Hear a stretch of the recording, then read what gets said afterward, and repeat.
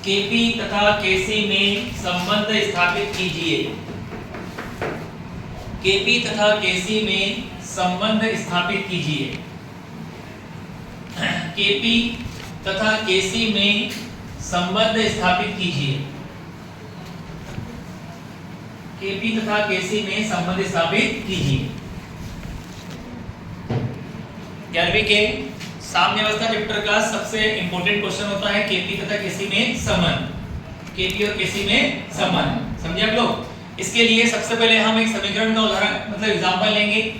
इस समीकरण में दो अभिकारक और दो क्या बेटा आपके उत्पाद। दो अभिकारक में एक का नाम क्या दिया मैंने ए और एक का नाम क्या दे दिया बी। अब मैंने कहा ए के मोलों की संख्या कितनी मान ली m1, बी के मोलों की संख्या कितनी मान ली m2 और यहां से आप अभिक्रिया कराते हैं दोनों की तो नया उत्पाद बनता है सी और किसके रूप में डी के रूप में। सी के मोल कितने हैं n1, डी के मोल कितने हैं n2। अब यहाँ पर ए जो है ये गैस अवस्था में है, बी भी गैस अवस्था में है, सी भी क्या है गैस अवस्था में और डी भी क्या है गैस अवस्था। ठीक है, गैस अवस्था रखने के पहले अगर हम अभिक्रिया के लिए निकालें साम्य स्थिरांक, क्या निकाले बेटा हम लोग साम्य स्थिरांक जिसका नाम है बेटा यहाँ पे केसी। क्या नाम है इसका केसी। केसी ज्ञात करने का तरीका बता दिया मैंने आपको, उत्पाद घटे अभिकारक प्रोडक्ट अपॉन रिएक्टेंट। तो यहाँ पर आपने लिखा केसी बराबर उत्पाद में कौन है सी और डी, तो यहाँ पे लिखा सी की सांद्रता गुणा में क्या आएगा डी की सांद्रता। अब आगे वाले जो मोल हैं n1 और n2 वो कहाँ जाएंगे पावर या घात के रूप में। डिवाइड में आएगा बेटा आपका अभिकारक। अभिकारक में कौन लिखा हुआ है यहाँ पे ए, साथ में क्या लिखा है यहाँ पे बी। ए के मोल कितने हैं m1, बी के मोल कितने हैं m2। इसको देंगे समीकरण नंबर 1। वार्निंग फिर दे रहा हूँ, इस डेरिवेशन में यहाँ चिन्ह होता है प्लस का। बच्चे जब एग्जाम में लिखते हैं तो यहाँ भी प्लस का लगा के आ जाते हैं, यहाँ भी प्लस का ही साइन लगा के आते हैं। लेकिन हमें वो गलती रिपीट नहीं करना है। आने वाले समय में टेस्ट में एग्जाम में हम यहाँ मल्टीप्लाई का साइन लगाएंगे, समझ में बात। और इतनी वार्निंग के बाद आप में से एक कॉपी ऐसी आएगी जिसमें प्लस लगा हुआ रहेगा। अब देखिए, अब मैंने कहा बेटा अगर सारे अणु गैसीय अवस्था में हो जाए, सारे अणु काय में जाए गैस अवस्था में, तो जब किसी अणु की अवस्था गैस होती है तो उसकी सांद्रता को दाब के रूप में व्यक्त करते हैं। सांद्रता को किसके रूप में व्यक्त करते हैं दाब के रूप में। और हमें अगर ए का दाब निकालना हो, बी का दाब निकालना हो, सी का निकालना हो या किसका निकालना हो डी का, तो उसके लिए हमें चाहिए आदर्श गैस समीकरण। क्या चाहिए अपने को आदर्श गैस समीकरण। आपने यहाँ लिखा आदर्श गैस समीकरण से, क्या लिखा आपने आदर्श गैस समीकरण से। अब आदर्श गैस समीकरण आपसे आज से याद करें आप लोग, पीवी बराबर होता है एनआरटी। पीवी बराबर होता है एनआरटी, जहां पी कहलाता है दाब, वी कहलाता है आयतन, एन कहलाता है मोलों की संख्या का अंतर। मोलों की संख्या का अंतर किसकी संख्या, तो अभिकारक और उत्पाद, इन दोनों के मोलों की संख्या का अंतर। मान लिया अभिकारक के मोल 10 हैं, उत्पाद के मोल कितने हैं 5, दोनों में अंतर कितने का है 5 का, तो एन का मान कितना रखेंगे 5। समझे आप लोग। लेकिन हमें यहाँ पे पीवी का मान नहीं चाहिए, हमें किसका मान चाहिए पी का। पी का मान निकालना है तो v मल्टीप्लाई में गुणा में है कहाँ जाएगा डिवाइड में चला गया। n बाय क्या होगा बेटा आपका v, गुणा किससे करा r और साथ में क्या लिया d। अब n होता है मोलों की संख्या, v होता है यहाँ पे आयतन। हमने पार्ट 1 में परिभाषा पढ़ी थी मोलरता की, किसी विलयन के 1 लीटर आयतन में उपस्थित विलय के मोलों की संख्या को मोलरता कहते हैं। पढ़ा था हमने, किसी विलयन के 1 लीटर आयतन में उपस्थित विलय के मोलों की संख्या को कहते हैं मोलरता। और मोलरता जो है सांद्रता को व्यक्त करने वाली इकाई है। मोलरता क्या है सांद्रता को व्यक्त करने वाली इकाई। इसलिए इस डेरिवेशन में हम n/v की जगह मोलरता ना लिखते हुए लिखेंगे सांद्रता, और सांद्रता को अंग्रेजी बोलते हैं कॉन्सेंट्रेशन। इसलिए n/v का मान हो जाएगा यहाँ पे c। n/v का मान क्या जाएगा c। c is the concentration, सांद्रता कहलाता है आपका। सूत्र बन गया p बराबर क्या होगा बेटा आपका CRT, जहां कहलाता है c पदार्थ की सांद्रता। क्या कहता है? पदार्थ की सांद्रता। इसको देंगे समीकरण नंबर 2। अब मुझे दाब निकालना है किसका? A का, B का, C का और D का। तो इस सूत्र से निकाल लो। अब मुझे निकालना है A का दाब, तो ये हो जाएगा A की सांद्रता गुणा में क्या आएगा? R। B का दाब, B की सांद्रता गुणा R गुणा T।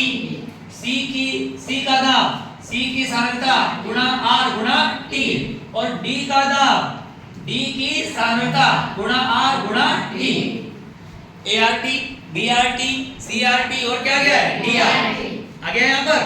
अब हम क्या करेंगे बेटा, एक चीज आपको याद करनी है, जब सारे अभिकारक और सारे उत्पाद, सारे अभिकारक या सारे उत्पाद अगर गैस अवस्था में होंगे तो हम Kp की जगह Kc की जगह Kp का मान ज्ञात करेंगे। ये हम Kc नहीं निकालेंगे, क्या निकालेंगे फिर? Kp। मतलब सांद्रता का स्थान कौन ग्रहण कर लेगा? प्रेशर। अगर सारे ही मॉलिक्यूल गैस होंगे तो उस समय कंसंट्रेशन की जगह किसका उपयोग करेंगे बेटा? प्रेशर का। किसका उपयोग करेंगे? प्रेशर का। जैसे निकाला है Kc, वैसे निकले कौन आपका? Kp। तो अगर आप कहोगे तो Kp बराबर उत्पाद बटे अभिकारक, उत्पाद बटे अभिकारक। उत्पाद में कौन है बेटा आपका? C और D। तो आपने यहाँ पे लिखा C का दाब गुणा D का दाब बटे में क्या है आपका? A का दाब गुणा B का दाब। अब C के मोल कितने बेटा? N1। D के मोल कितने हैं? N2। A के मोल कितने हैं? M1। B के मोल कितने हैं? M2। इसको देंगे, सॉरी अब देखो इस समीकरण से P बराबर क्या है? सांद्रता गुणित R गुणा T। इस सूत्र की सहायता से सभी के दाब का मान निकालें। सबके दाब का मान रखते हैं यहाँ पर। देखो PC का मान कितना है? CRT। PD का मान कितना है? DRT। PA का मान कितना है? ART। PB का मान कितना है? BRT। ये सारी वैल्यू पुट कर दें।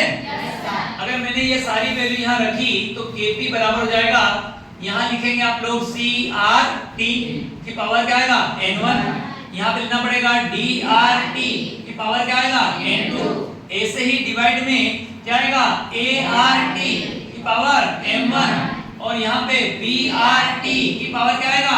M2 आ जाएगा। अब देखो मैं यहाँ से C की पावर N1 अलग करता हूँ, यहाँ से D की पावर N2 अलग कर देता हूँ, यहाँ से A की पावर M1 अलग कर देते हैं, B की पावर M2 अलग कर लेते हैं।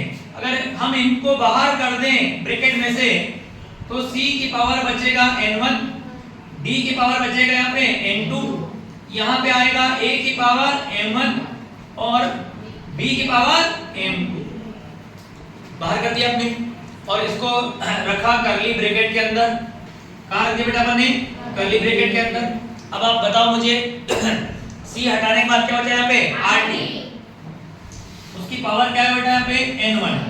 D हटाने के बाद यहाँ क्या बचेगा? RT। इसकी पावर क्या आएगी? N2।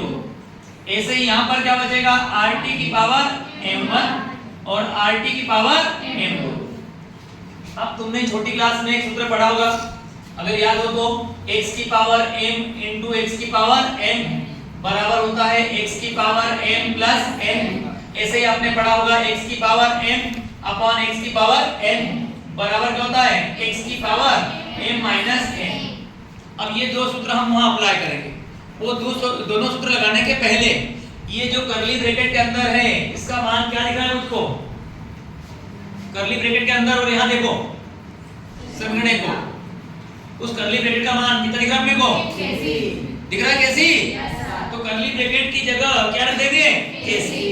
तो अगली स्टेप में आपने यहाँ पे रख दिया Kp बराबर क्या है बेटा आपका? Kc गुणा, अब ये RT m प्लस n, तो यहाँ आ जाएगा RT की घात n1 प्लस n2 और नीचे आएगा RT की घात m1 प्लस m2। अगली स्टेप में फिर Kp बराबर क्या है बेटा आपका? Kc। अब ये देखो m/n दिख रहा है, m/n है तो यहाँ लिखेंगे RT की power n1 plus n2 minus m1 plus m2। लिख दिया। और केमिस्ट्री में हर बार बताया है दो चीजों के डिफरेंस, दो चीजों के अंतर को डेल्टा से दर्शाते हैं। केमिस्ट्री में दो चीजों के डिफरेंस को, जिनकी न्यूमेरिकल वैल्यू हमको नहीं पता होती, उनका डिफरेंस कैसे दर्शाते हैं? डेल्टा। तो इन दोनों का डिफरेंस मैंने यहां पर मान लिया बेटा डेल्टा n। कितना मान लिया? Delta n। कितना मान लिया? Delta n। अगर डेल्टा n का मान 0 हो जाए, डेल्टा n का मान कितना हो जाए? 0। अगर यहाँ पे 0 रखोगे तो RT की पावर क्या जाएगी? 0। किसी भी संख्या की घात 0 मतलब उसका मान कितना हो गया? 1। कितना हो गया? 1। तो यहाँ पर डेल्टा n 0 होगा तो Kp का मान किसके बराबर होगा? Kc के। मतलब साम्य अवस्था। Kp और Kc क्या होंगे आपस में? बराबर। तो क्या हो जाएगी? साम्य अवस्था।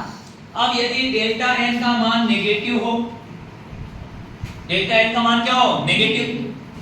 डेल्टा n का मान नेगेटिव होगा तो Kp का मान छोटा आएगा, Kc का मान क्या आएगा? बड़ा।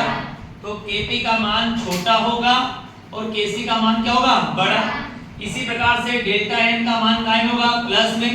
प्लस में होगा तो Kp का मान बड़ा हो जाएगा, Kc का मान क्या हो जाएगा? छोटा। ये कंडीशन आपको ध्यान रखनी है। बात समझे? Yes sir. ठीक।